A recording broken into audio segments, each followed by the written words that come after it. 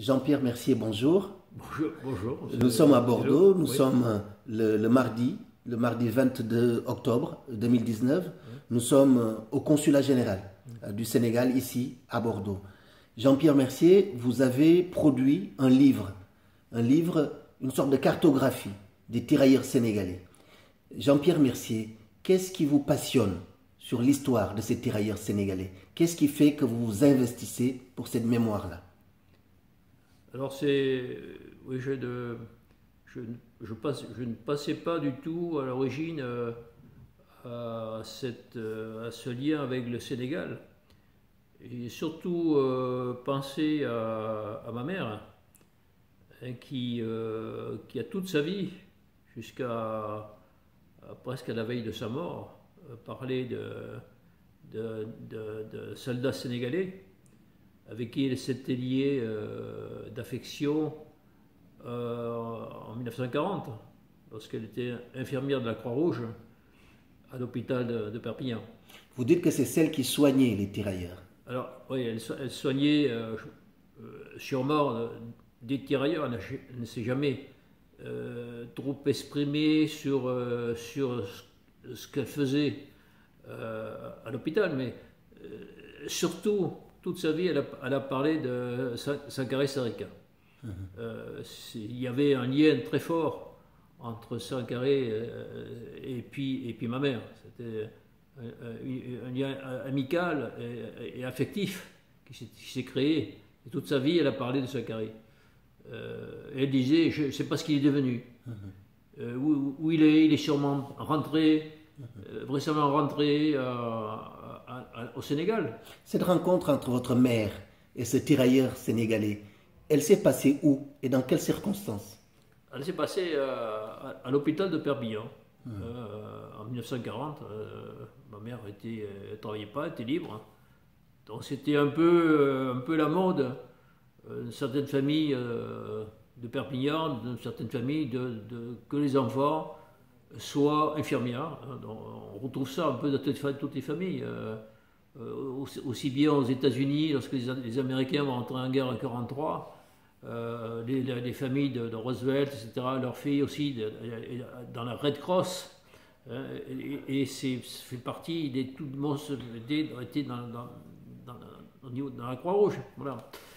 Donc voilà, bon, c'était.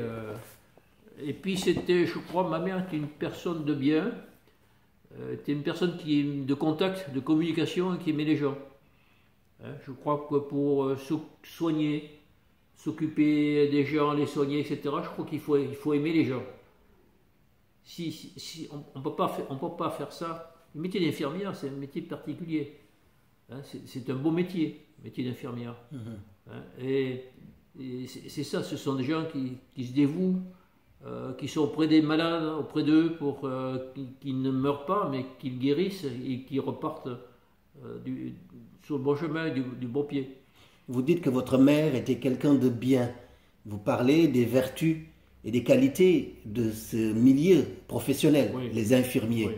Pour autant, il s'agit quand même de soigner des gens dans un contexte. Le contexte de l'époque, c'était le contexte colonial, Oui. c'est-à-dire où il y avait un certain racisme vis-à-vis des Noirs.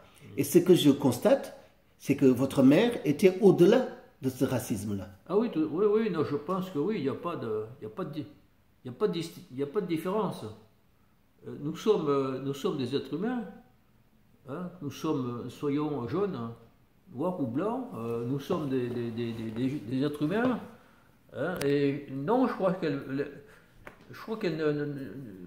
c'était pas quelque chose qu'elle voyait, hein, qu'elle percevait. Je pense que. Et puis il y a ce lien, ce lien d'amitié, d'affection qu'il y a entre deux, hein, finalement, hein, qui va toute sa vie, elle va reparler de Sankaré Sarika.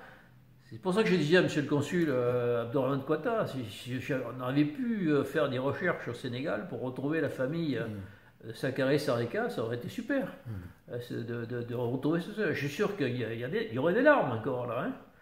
Voilà. Alors, mais j'entends bien et vous avez raison d'évoquer ça. Mais ce qui est incroyable, c'est qu'aujourd'hui, à plus de 74 ans, vous consacriez aux tirailleurs sénégalais.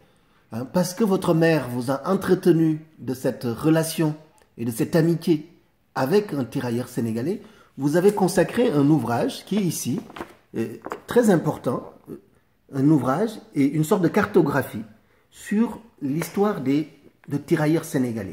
Qu'est-ce que vous avez voulu faire avec ce livre? Alors, ce livre, bon,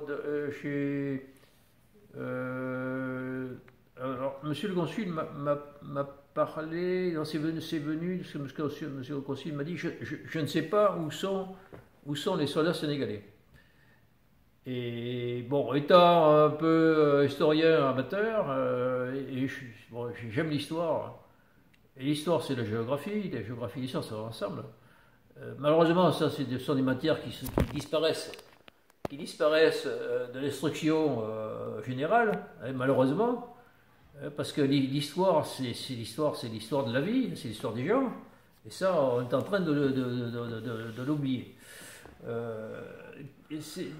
Donc, en parlant avec monsieur le consul du Sénégal à Bordeaux, des soldats sénégalais, je me suis dit, je vais faire une recherche.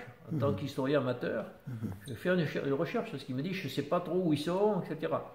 Donc, j'ai fait cette recherche, et j'ai retrouvé certains soldats sénégalais, un peu de côté, un peu de l'autre, et puis je me suis déplacé à la nécropole nationale, qui est dans la Haute-Vienne, très proche du département de la Charente. Et là, bon, j'ai pu faire des photos, faire une compilation, faire un montage des photos à travers toutes les tombes qu'il y a dans la nécropole. Alors, ce sont des tombes qui sont éparpillées un peu partout, mais on sait que le soldat, le tirailleur sénégalais, un tel est à tel endroit, à tel numéro. Hein, donc j'ai monté mon plan avec, en pointant en rouge sur la tombe le nom du soldat sénégalais. Et là, ça permettra ensuite, pour certaines familles qui sont en Afrique, de savoir que un tel est à tel endroit. Après, il y a la possibilité aussi, peut-être, d'une exhumation. C'est possible aussi. Il est possible aussi que les familles, lorsqu'ils sont au courant que un tel, parce qu'ils ne savent pas que peut-être un tel est à la nécropole nationale à tel endroit dans la Haute-Vienne, hein, vers Limoges, ça permettra aussi peut-être de venir sur le site. Puis il y a la possibilité aussi de faire une manifestation officielle, hein, avec l'ambassadeur du Sénégal à Paris. Mais il y a des choses à faire. Hein, il y a des choses à faire. Il y a des choses à faire et vous les avez faites. C'est-à-dire que le travail que vous avez fait est un travail unique. C'est la première fois que dans notre grande région, on a comme ça une cartographie qui permet de voir où sont ces tirailleurs sénégalais. Et dans un pays comme la France où la contribution des tirailleurs sénégalais n'est pas reconnue à sa juste valeur, votre travail, il vient réparer finalement cet oubli. Oui. Là, c'est... Voilà, j'ai fait ça, mais voilà, et là, ce que me disait le chef de cabinet du ministre des Armées du Sénégal, lorsque je l'ai rencontré ici au consulat général de Bordeaux avec monsieur Cotta, il me dit, ce que vous avez fait là, ça, on ne l'a pas à Dakar. Absolument. On ne l'a pas à Dakar. Donc c'est à exploiter. Absolument, à exploiter. Eh bien, vous serez, monsieur Mercier, vous êtes l'invité exceptionnel d'un hommage qui sera rendu le 9 novembre 2019 aux tirailleurs et aux soldats des colonies enterrés dans des cimetières de Bordeaux, des tirailleurs sénégalais de la Première Guerre mondiale. Vous serez l'invité exceptionnel, vous pourrez donner votre témoignage. Qu'est-ce que aujourd'hui votre travail peut apporter aux jeunes générations? Qu'est-ce que vous voulez transmettre? Alors la transmission, c'est que ben, nous sommes, finalement, il n'y a pas de différence.